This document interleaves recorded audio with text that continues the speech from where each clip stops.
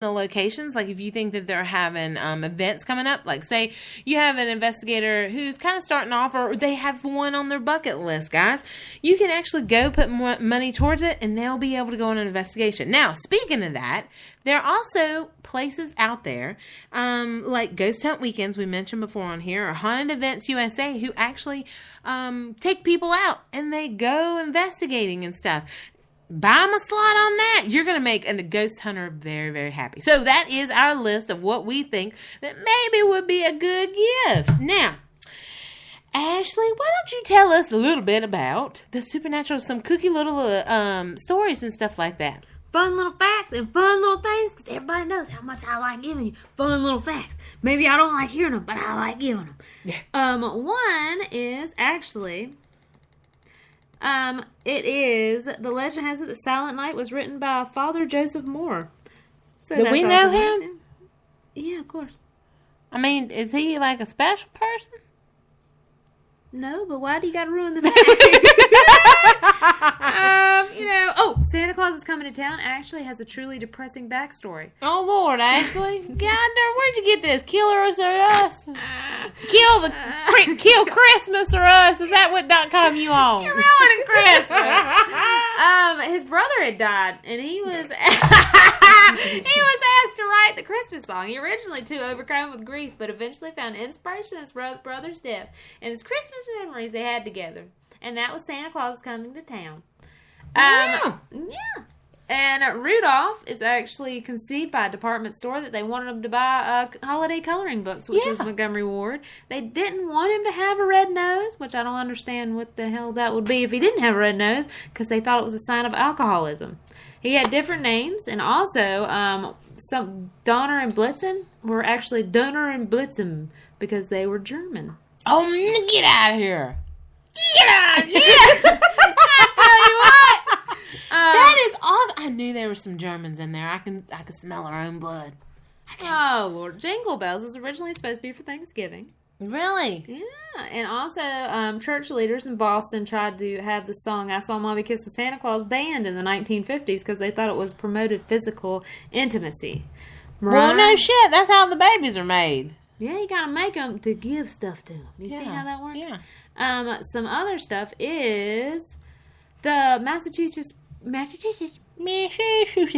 Puritans actually banned Christmas by law back in the day. Oh. So that's always nice. That is. The mistletoe was once believed to be an aphrodisiac. I thought it could kill you. I thought it was poison. I think it is too. You can you're going to get a good... kiss him, and then you're going to kiss him goodbye. Yeah. Aphrodisiac, it's going to get you high, and then you're just going to go and pass out somewhere. Hopefully wake back up. Maybe licking on it. You might have to get you a good high. It's all right. One of the first commercially sold artificial Christmas trees was made from toilet brushes. Yeah. Buying the gifts from the 12 Days of Christmas will cost you. You would actually think it's crap because when you listen to it, it's not really anything you want. Yeah. But 12 Days of Christmas went from $12,673 in 1984, and it's more than $24,000 for 2011. That's pretty cool. Candy canes used to be all white. Iceland has 13 Santas. And what? Yeah. 13? Is it one for each night? No, they just got different stuff that comes in. For instance, Gryla, Gryla, is a horrific old woman who kidnaps children on Christmas when they've been naughty. Technically, it's more than the presents for the parents. So, you get to tell them. Also, is it like if you get a certain present, does it fall under certain ones? Maybe.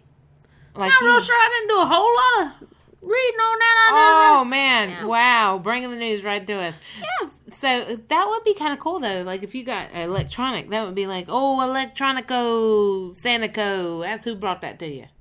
See what I'm saying? That'd be kind of neat.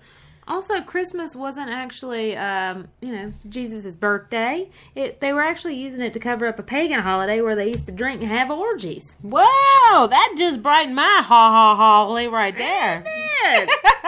And there's plenty of Santa's evil companions. One of them being Zur Pete or Black Peter. Oh, man, I love that Black Peter. Yeah. I don't know, he's a man down the street here, but I'm sure he'd be good at Christmas, too. I'm glad. That was like an opera. I love Black Peter. See what I'm saying? I'm getting the Christmas spirit. I got it. Yeah. See what I'm They laying down? depict him as the devil. Some of them, but other ones he's something else. Oh. This is a family show. We don't need. Is that the same one that we're going to go back to this Santa barn thing? There was one episode where they had to put this gremlin on their back. I'm going to get to that. Okay. I'm sorry. Keep going. The Santa evil companions include Nitchit Ripich and the servant Ripich and the horned incubus Krampus. So let's talk about Krampus. Can you tell us a little bit about Krampus? That's my next section. I got a whole nother thing about Krampus, and it's a whole bunch of stuff, and I just can't wait to tell you. Okay. Now, Saint Nicholas, patron of Saint of pawnbrokers. When you see those 3 bags hanging on a pawnbroker, that's actually because of Saint Nicholas. Because what happened? What's a pawnbroker? Pawnbroker. Pawn shop where some people go to pawn their diamond rings. Okay, I thought it was something in a pond, but now I understand. Yeah, what does that mean? Okay, actually, I'm Christmas excited. Eve, when the nuns didn't have money, he would toss bags of gold into each girl's windows at night. Who was? It was 3. The Saint Nick. Get out of here! And so, actually, on that, when you go to pawnbrokers, that's what it is. It's actually the Saint Nick was the patron saint, and that's the 3 balls are supposed to be the 3 money when he gave them. So he would throw money at women through the windows. I think they have something like that, but then women are sitting in them windows and doing something a little bit different over there in Europe. That's where it came from. That's where. I heard about this before. I have. Does it involve a red light? He wears a red outfit. He does. See what I'm Those getting at? nuns were trying to take care of them kids. Was it their babies? I think it's that. Oh, see, this story's coming together. We can put. You just ruined Christmas. You just ruined Christmas. That's been a saying around our house lately. Holiday horrors. If you don't whores, what is this show going to? I'm done. You can call them up too if you're lonely. But this is when you get tired of that regular old stuff. There is other ones that are like Black Christmas, Silent Night, Deadly Night, The Day of the Beast. What is this? These are like horror movies. Horror. Oh, I really thought you were talking about horror show for a minute. Books, Santa Steps Out, and Monsters at Christmas. Are you sure these aren't Santa They might Steps be porn. Out? I can't tell you. Oh my God. I can't really help. We only bring you the best facts on this show. Yeah, it people. might be pornos, but I'm not 100% sure, and I'm not gonna, Look at that. I'm thinking Santa Steps Out. Let's just not go into that. Let's just not step anywhere near that Santa. But no, I understand what you're. We have one called The Sleigh. You know what I'm saying? Like, we got that movie. I've never watched it. Because to me, Christmas is delightful, joyful, and wonderful. And I don't want to watch where Santa breaks in with a hatchet. I just don't want to see that. Although, what about the Krampus movie? I gotta get to that after I talk about Bad Santas. While on the subject of Santa origins, I love Bad Santa. I have to give a shout out to Jolipiki or Yule Goat. According to a very old Finnish legend, this figure was supernaturally endowed gnome who rode atop some sort. What side are you on? Well, that's a sketchy side anyways, but who rode atop some sort of beast from out of the north to demand gifts from people. And if they failed to cough up, he'd wreak all sorts of horrific mayhem. Somehow others, or this monster seems to have morphed into a jolly fat guy we know today. A related tradition from Iceland posts that family of 13 ogres called Jotunveir, or the Yule Iads, each with his own distinct personality, would actually devour children if the gifts weren't to their liking. The Yule lads are still spoken of in some cultures, although the rough edges have been sanded down considerably. Now, I understand. If he's carrying a big Yule log, that sounds that's why he was well endowed. With a large log because of large responsibility. That is, yes. It is. That's delightful, actually. That was. I don't know how I found the dirtiness and everything you said about that, but it was a good Christmas segment. Do you know there's actually a witch that gives out? It is exactly like Santa Claus, but it's a witch. That's in Italy, right? Yeah. We'll say yes. Cool. Yeah, it is in Italy. Yeah. So, is she mean? Does she take kids or just give out presents? Just gives out presents, but there is other ones where she does. Now, the movie Krampus, if you haven't heard about this, then you're under a rock somewhere because it came out this month, I'm thinking on the 5th. I want to go see Krampus. We had a friend who actually went, and he said, "Oh, it's because of the characters and stuff. I thought it was going to be, a funny movie. Like he thought it was going to be kind of like a Ernest Saves Christmas kind of spoof thing or something like that." And it wasn't, people. He said that there was really guts and mayhem and stuff. So it was really cool. I'm excited. And I just said I didn't want to go see a movie like this, but this is different. It's not Santa Claus. This is Krampus. This is known to be something evil. The storyline is when his dysfunctional family clashes over the holidays, young Max is disillusioned and turns his back on Christmas. Little does he know this lack of festive spirit has unleashed the wrath of Krampus, a demonic force of ancient evil intended on punishing non-believers. All hell breaks loose as beloved holiday icons take on monstrous life of their own, laying siege to the fractured family home and forcing them to fight for each other if they hope to survive.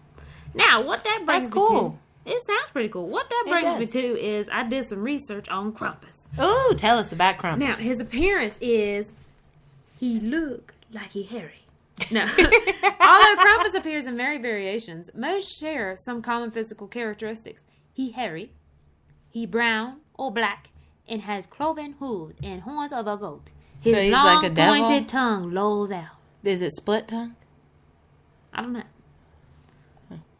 I don't see it in the picture. Oh, okay. Right. Krampus carries chains, although symbolizing the binding of the devil by a Christian church. He thrashes the chains for dramatic effect. Oh. The chains are sometimes accompanied with bells of various sizes.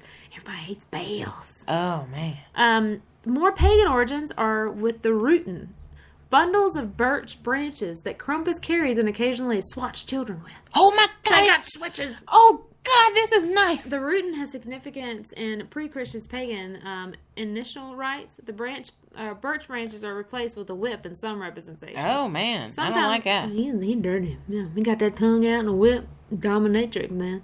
Sometimes Krampus appears with a sack or a wash tub strapped to his back. Wash tub? That's when you're done. This is to cart off evil children for drowning, eating, or transporting to hell. Some of the older versions make mention of them naughty children being put in a bag and taken. This part of the legend refers to the times of the Moors raided the European coast, as far as Iceland, to the people. They have different things like Krampusnacht. It is the feast of St. Nicholas is celebrated in parts of Europe on the 6th. On the preceding evening of the December the 5th, Krampus night, the wicked hairy devils appears in the street, sometimes accompanying St. Nicholas, sometimes on his own, but he visits homes and everything like that. And they also have it's a run. It's Krampuslauf. It's celebrants dressed as the wicked beast, often fueled by alcohol. You're supposed to actually... Oh, that's so awesome. You're supposed to offer him schnapps in a strong distilled fruit brandy. Where is that at? I'm guessing Germany. That is really cool. I'm going to tell you. Yeah, German. We had a I love being German. Really, I do. There was actually a friend of ours who put on Facebook. I know everything's wonderful on Facebook, people. He put on this like Krampus parade, and all these people dressed up as Krampus. Around and here? It was I think it was like in New York or somewhere. Who coolest crap ever. So check that out. Like look up Krampus parade. If I can dig that up somewhere, I'll stick that on our Facebook page, which delights me in saying, find us on Facebook, people. Come on. Anyway, Europeans have been exchanging greeting cards featuring Krampus, and sometimes they're usually humorous rhymes and poems. Krampus is often featured looming menacingly over children. Sometimes he has sexual overtones. Oh, he is Lord. pictured pursuing bosomed women. But Krampus likes the titties. He's a titty man. He's a titty man. Yeah. Sometimes the twigs are painted gold, like the sack of twigs or whatever, and they'll display it around the house all year so that the children won't forget the Krampus. Oh my God, that's a good idea.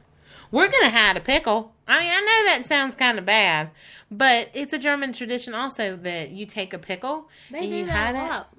Hiding a pickle. I want to play that in my free time. You put it on the Christmas tree. And the thing is that you go, like on Christmas Eve, the kids go, or whoever wants to try to find it. And if they can find the pickle in the Christmas tree, don't use a real one, people. That's kind of nasty. You can find the ornaments, though. Or don't put your pecker where the Yeah. Don't paint your pecker green and put it in the tree. That's what I'm saying. It's a cheap touch, man.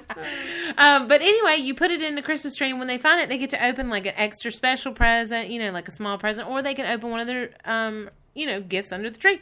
So check that out, people. That is the I was getting ready to say something. Packer pickle. Yeah, that's what I was going to say. But the pickle, it represents Christ too, in a way. And I gotta do some research, people. It's wonderful. You should add that to your Christmas delights. But anyway,